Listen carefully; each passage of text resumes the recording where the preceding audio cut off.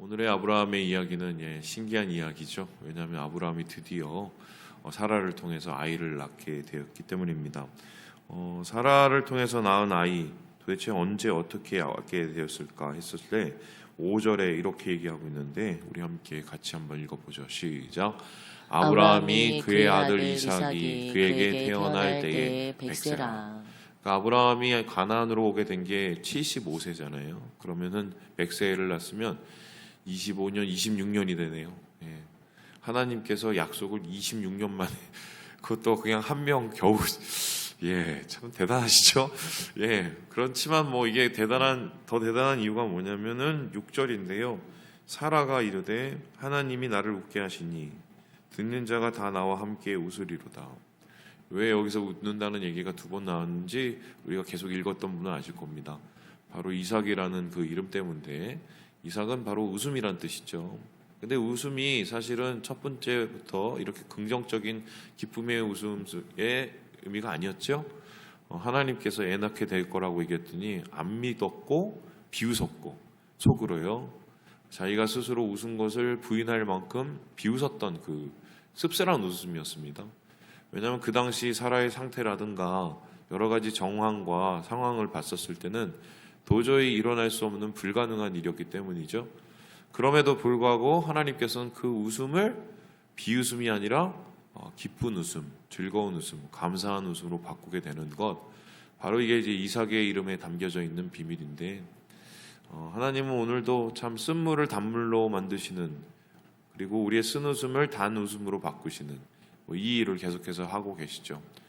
여러분 기억하실지 모르겠지만 이스라엘 백성들이 제일 먼저 광야에 갔었을 때 제일 처음에 봉착한 문제가 뭐냐면 물의 문제였습니다. 왜냐하면은 이집트에서 나올 때 이것저것 얻어먹고 얻어가지고 나온 게 꽤 있었고, 그리고 먹을 것도 어느 정도 확보가 돼 있었다고 선 치는데, 당장 물은 매일매일 공급이 안 되면 이거는 정말 큰일 나죠. 근데 그들이 처음 만난 물이 뭐였습니까? 쓴물, 마라였죠. 근데 그 마라를, 쓴물을 단물로 바꾸시지 않습니까? 거기에 이제 행위 하나로, 퍼포먼스 하나로 이렇게 나무를 집어넣었죠. 그 나무가 도대체 뭐냐. 그래서 심지어 그걸 가지고 십자가다 이렇게 얘기하는데 사실 모르시고, 중요한 것은 하나님께서 그 물을 쓴물이 아니라 단물로 바꿔주시는. 근데 이게 의미가 상당히 있는 게, 이스라엘 백성들이 계속 광야에서 하는 일이 뭐냐면은 쓴물과 같은 불평, 불만, 또 하나님에 대한 계속적인 또 원망 이런 거 하지 않습니까? 그런 이스라엘 백성의 쓴물, 그 마음의 쓴 마음을 하나님의 단물, 생수로 바꿔가는 그 과정이 앞으로 펼쳐질 광야 생활이다, 이런 의미를 담고 있어요. 마치 이삭을 진짜 이삭 되게 하는, 사라의 마음속에 정말 웃게 하는 이 하나님이 바로 출애굽기의 하나님하고 연결이 됩니다. 그래서 오늘 하나님은 그 사라의 태를 여시고 이삭을 낳게 하셔서 이제 하나님과의 약속의 시작을 보게 하시는, 그 열매를 보게 하시는 첫 장면이 나타나고 있습니다. 여기까지는 되게 행복해요. 그런데 중요한 건 요 다음입니다. 저는 예전부터 요 구문을 읽을 때마다 도대체 이해되지 않은 것이 있습니다. 뭐냐면 이건 너무한 거 아니냐, 이런 생각인데요. 무엇입니까? 우리 함께 10절의 말씀을 같이 한번 읽어보도록 하겠습니다. 시작. 그가 아브라함에게 이르되 이 여종과 그 아들을 내쫓으라. 이 종의 아들은 내 아들 이삭과 함께 기업을 얻지 못하리라 하므로. 이삭이 자라나고 젖을 떼고 그리고 이제 걷기 시작하고 이랬는데, 이스마엘이 그걸 보고 마음이 절대로 편하질 않죠. 여러분 아시겠지만은 첫애 낳고 둘째 낳으면 첫애가 굉장히 힘들어하는 거 아시죠? 저희 요셉이도 그런 일이 비슷하게 있었었는데, 애가 온몸에 두드러기가 나는 겁니다. 그래서 이제 그 두드러기가 진짜 갑자기 발생을 해갖고 그때 급하게 애를 싣고 고대병원까지 갔어요. 그래갖고 얘 두드러기 왜 나는지 이것저것 다 물어봤는데, 결론은 그때 뭐였었냐면 제가 알기로는 스트레스, 그때였던 걸로 알고 있는데요. 그거를 그렇게 비유하더만요. 남편이 새 여자를 데려오는 느낌이라고. 그러니까 그때 아내가 당하는 그 느낌이 바로 그 아이의 느낌이래요. 자기 동생 낳는 것도 괴로운데 그 동생이 하필이면은 적자예요. 그죠? 그 소리 뭐냐면 그 전까지는 이스마엘이 분명히 아브라함의 대를 잇거나 아브라함의 모든 귀여움을 독차지했을 터인데 이제는 어느새 갑자기 찬밥 신세가 돼버릴 수밖에 없는 뭐 그런 상황이 됩니다. 이 10절이 얼마나 잔인한 말인지 한번 다시 보세요. 이게 사라가 한 얘기인데 이 여종과 그 아들 그리고 종의 아들 이렇게 합니다. 내 아들 이렇게 합니다. 자, 한번 기억을 되돌려 봅시다. 하갈에게 아이를 낳게 한 사람이 누굽니까? 네? 그쵸? 사라예요. 네. 죄송해요. 지가 해놓고는 책임은 지지도 못할 망정 이 보세요. 하는 짓을 보세요. 얼마나 잔인합니까? 제가 싸잡아서 얘기하는 것 같지만 어떨 때는 그 여자들이 더 잔인할 때도 있어요. 제가 볼 때는 진짜 잔인하죠. 그리고 어쨌든 저쨌든 한 식구로 살았을 터인데 내쫓아 버리라고 빨리. 그러면서 아브라함을 계속적으로 괴롭히죠. 오죽했으면 11절에 보니까 아브라함이 매우 근심이 되었다. 사라가 계속적으로 이제 괴롭힌 거죠. 이 문제를 이제 어떻게 하냐. 이제 여러 가지의 고민과 여러 가지의 상황이 남게 됐는데 여기에 대해서 하나님께서는 이렇게 이야기를 하고 계시는데요. 우리 함께 우리 12절의 말씀을 같이 한번 읽어보도록 하겠습니다. 시작. 하나님이 아브라함에게 이르시되 내 아이나 내 여종으로 말미암아 근심하지 말고 사라가 내게 이른 말을 다 들으라. 이삭에서 나는 자라야 내 시라 부를 것임이니라. 그냥 사라 말대로 해라라고 얘기합니다. 야, 역시 하나님은 조강지처의 편이구나. 이렇게 생각하실 수도 있습니다. 그런데 이렇게만 보면 안 돼요. 여기선 되게 숨은 의미가 있는데 다음 요거죠. 14절에 보니까 아브라함이 그러면은 그 아이를 쫓아내는데 떡과 물 한 가죽 부대만 가지고 보냅니다. 저 예전에 이 부분도 되게 좀 마음에 안 들었어요. 아니 지네가 잘못해놓고 그래도 자기 씨앗인데 보내려면 그래도 이것저것 챙겨서 아니면은 한몫이라도 떼주고 그렇게 보낼 것이지. 완전히 죽으라고 그냥 광야에서 내쳐버린 거 아니에요. 이렇게 되면은 거의 이스마엘이 홍길동이 되는 거거든요. 아버지 사랑받다가 완전히 엉망진창되는. 이게 너무한 거 아니에요? 하나님 왜 이런 잔인한 일에 동조를 하고 잔인한 일에 하나님께서 찬성을 하셨을까? 그리고 이렇게 하나님의 명령을 받아서 어쨌든 아브라함은 이삭을 남겨놓고 이스마엘을 쫓아보냈을 터인데 그 마음에 거리낌은 없었을까? 부담감은 없었을까? 한번 그걸 생각을 해보는 거죠. 이제 로마서에 이 부분을 조금 다루고 있는데 어떻게 다루고 있냐면 이걸 이제 비유적으로 다룹니다. 어떻게 다루냐면 하갈의 아들과 사라의 아들이 함께 할 수 없는 이유. 왜냐하면 이게 근본이 다르다는 거예요. 그래서 율법의 아들이냐 아니면 은혜의 아들이냐 이렇게 이게 다루고 있죠. 그래서 우리가 더 이상 육체 가운데 머물지 말고 율법에 얽매이지 말고 하나님의 은혜에 머물러야 된다. 이삭과 이스마엘은 같이 있을 수 없다. 이런 얘기. 그러니까 옛사람이 돼버리고 이삭은 새사람이 돼버리고 이런 개념이 되는 거죠. 이제 그것을 가리켜서 이제 보시고는 목사님들이 설교를 가혹하게 할 때가 있어요. 그래서 이 부분을 가지고 무슨 이스마엘을 악마화해서 소위 말해서 끊어내야 되고 이런 얘기 막 하시고 내쳐야 되고 이런 얘기 막 하시고 그러거든요. 근데 문제는요, 이게 어떻게까지 나중에 번지냐면요. 지금 이제 중동을 한번 보자고요. 이스라엘이 뭐 1940 몇 년에 건국을 하고 그 후에 계속적으로 지금 전쟁이지 않습니까? 그렇죠? 예전에는 아랍 사람들이 한 곳에 다 편을 먹고 이스라엘을 치려다가 또 봉변을 당하기도 하고, 지금은 이제 일종의 거리를 두고 평화를 유지하지만 요즘에 이제 이란이 난리를 쳐서 뭐 헤즈볼라니 시리아니 또 팔레스타인 이 사람들이니 이렇게 해갖고 하마스네요. 계속적으로 공격을 하죠. 이 시작이 어디서부터 시작이 됐냐? 여기에요. 그러니까 이스마엘은 누구냐면은 지금 아랍 사람들의 조상입니다. 물론 DNA를 따져봐야 될 필요는 있겠지만 아랍 사람들 하면은 막 피가 섞이지만 그들은 이제 그들의 조상의 조상을 넣으면 스스로를 가리켜서 뭐냐면 이스마엘의 자손이라고 말해요. 그리고 여러분 아시는 것처럼 이스라엘은 이삭의 자손들이잖아요.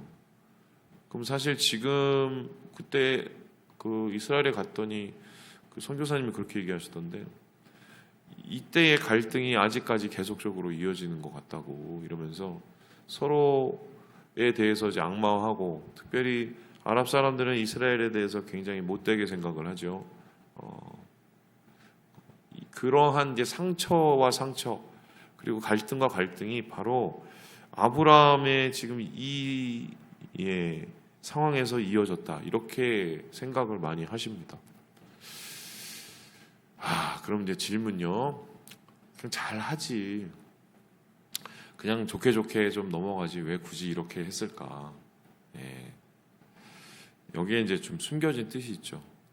일단 첫 번째부터 해결을 해보면, 왜 이스마엘과 이삭은 동시에 함께할 수 없었을까 보면은, 이스마엘이 이삭보다 나이가 많고 나중에 이 아이들이 같이 자랐을 때 한 가정 속에서 갈등은 훨씬 커졌기 때문이죠.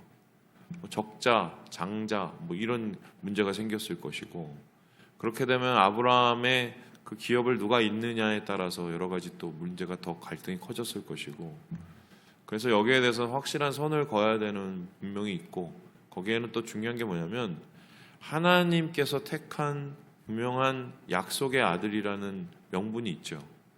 그렇기 때문에 애초에 시작 전에 사실 이것은 정리하는 것이 맞기는 합니다. 그런데 그럼에도 불구하고 왜 이렇게까지 잔혹하게 그냥 떡 한 덩이 물 한 가죽 이렇게 해서 내보내 버렸을까? 죽으라고 이렇게 내치는 건 뭐냐? 이것도 일종의 이제 상징적인 행위인데, 이삭이 유일한 적통자라는 것을 인정하는 의식이에요, 이게.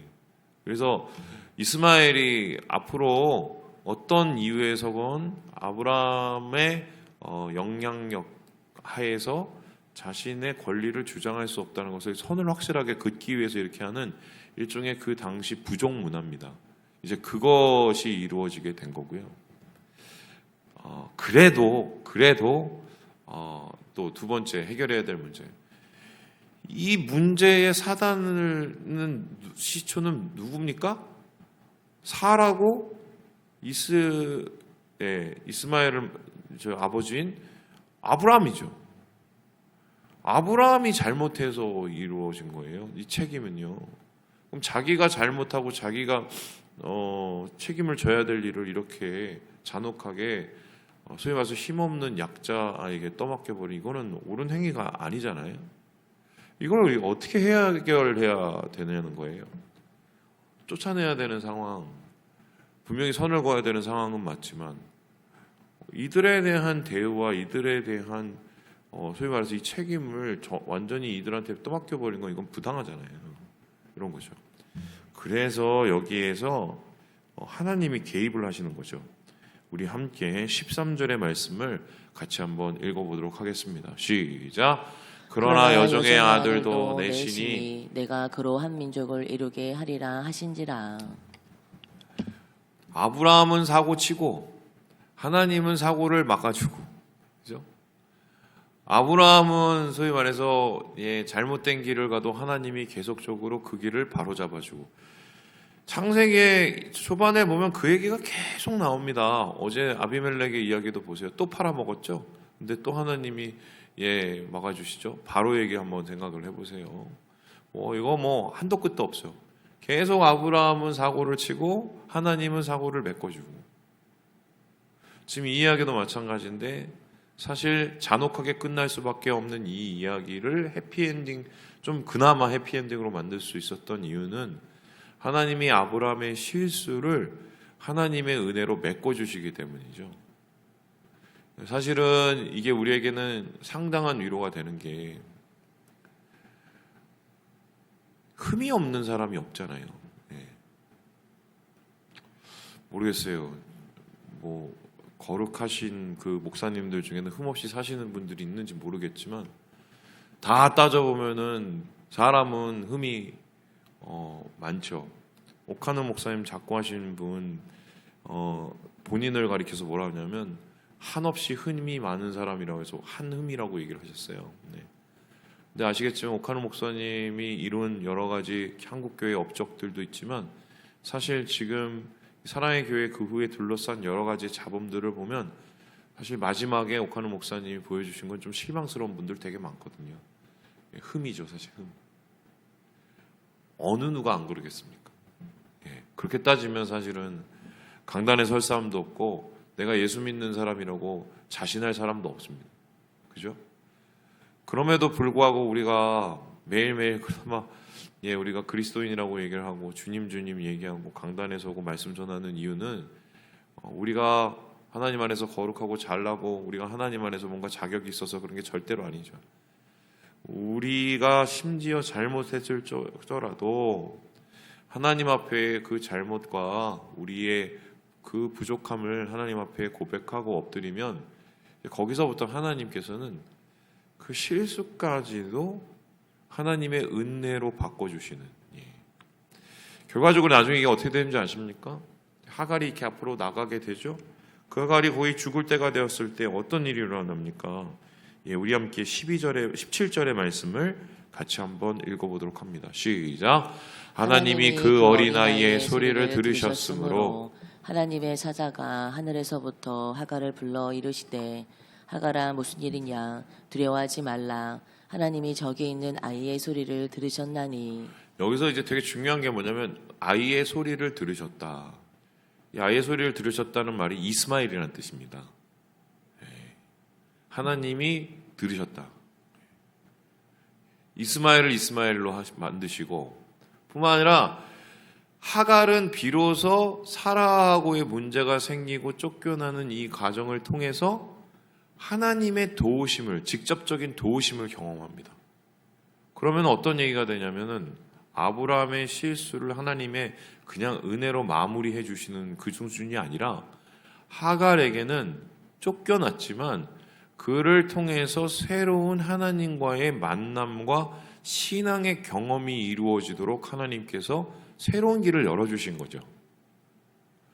그러면은 아브라함은 잘못을 했으나 그 잘못을 통해서 하갈에게는 새로운 신앙의 기회를, 그리고 사라야에게는 새로운 웃음을, 그리고 아브라함에게는 어떻게 해요? 그 부끄러움을 감싸주시는 그 은혜를, 이렇게 합력하여 선을 이루시는 하나님의 역사가 이 장면을 통해서 나타나고 있다는 겁니다. 그럼 이 이후의 얘기는 어떻게 되느냐? 따뜻하게 끝나요. 어떻게 끝나냐? 그 아브라함이 죽어요. 죽었을 때 누가 장례를 주선했는지 아십니까? 이스마엘이 옵니다. 그 소리는 뭐냐면 계속적으로 연락이 되고 계속적으로 이게 이어지고 있는 거예요. 여기서 얘기가 끝난 게 아니에요. 그럼 이제 오늘 말씀을 통해서 그러면 우리가 알 수 있는 건 뭐냐? 아이고, 그러면 하나님이 우리 잘못을 은혜로 다 메꿔주시니까 우리 떳떳하게 살아야겠네. 자, 질문요. 아브라함이 떳떳하게 살아야 되나요? 사라는 아이고 내가 잘했다 이러고 살아야 되나요? 솔직히 죄송해야죠. 그거는 사라는 이렇게 악독하게 굴 게 아니에요. 자기 잘못 뉘우치고 죄송해야죠. 야, 내가 뭔 짓을 했냐. 아브라함 어떻습니까? 아이고, 내가 그 아들한테 뭔 짓을 했냐. 부끄러워해야죠. 그런데 중요한 건 부끄러워하고 죄송한 만큼 은혜는 커지는 겁니다. 하나님께서 우리에게 흠을 주시고 우리에게 실수를 그냥 어떻게 보면 만회하게 하시는 이유는 뭐냐면, 그래 이제 너 떳떳하게 살아, 너 자유야, 넌. 그게 아니에요. 하나님 앞에 은혜에 감사하며 살으라고 하나님께서 그런 상황을 주시거든요. 그래서 예수 믿는 사람은 전 그렇게 생각을 해요. 옛날에는 목사님들 그런 설교 많이 했죠. 이전 것은 지나갔으니 보라 새 것이로. 그건 맞는 얘기죠. 이전 것에 우리가 얽매일 필요는 없어요. 이전에 나를 짓누르는 죄와 나의 과거에 얽매일 필요는 없습니다. 근데 중요한 것은 뭐냐면, 그렇게 따지면은 하나님께서 이래서 다윗이나 아브라함의 이 과거의 잘못된 기록을 다 지우셔야 되잖아요. 근데 성경에 다 기록하고 있잖아요. 이전 것은 지나간 게 아니네요. 왜 그랬을까요? 이전 것에서 우리는 자유했지만 그 이전의 내 모습을 바라보면서 하나님께 은혜와 감사를 우리의 삶 속에 지니고 살아가야 되는 거예요. 그러니까 예수 믿는 사람은 자랑할 게 하나님의 은혜밖에 없어요. 자기의 능력이나 뭐 자기가 했던 업적이나 이거는 하나님이 우리에게 베푸신 은혜에 비하면 아무것도 아닌 겁니다. 왜냐하면은 우리는 우리의 잘못에도 불구하고 우리를 붙잡아 주시는 그 손을 붙잡고 매일매일 살아가기 때문이에요. 그래서 오늘 말씀 속에서 우리는 은혜가 무엇인지, 은혜 받은 자의 그 태도가 무엇이어야 되는지를 다시 한번 깨닫게 되는 것입니다.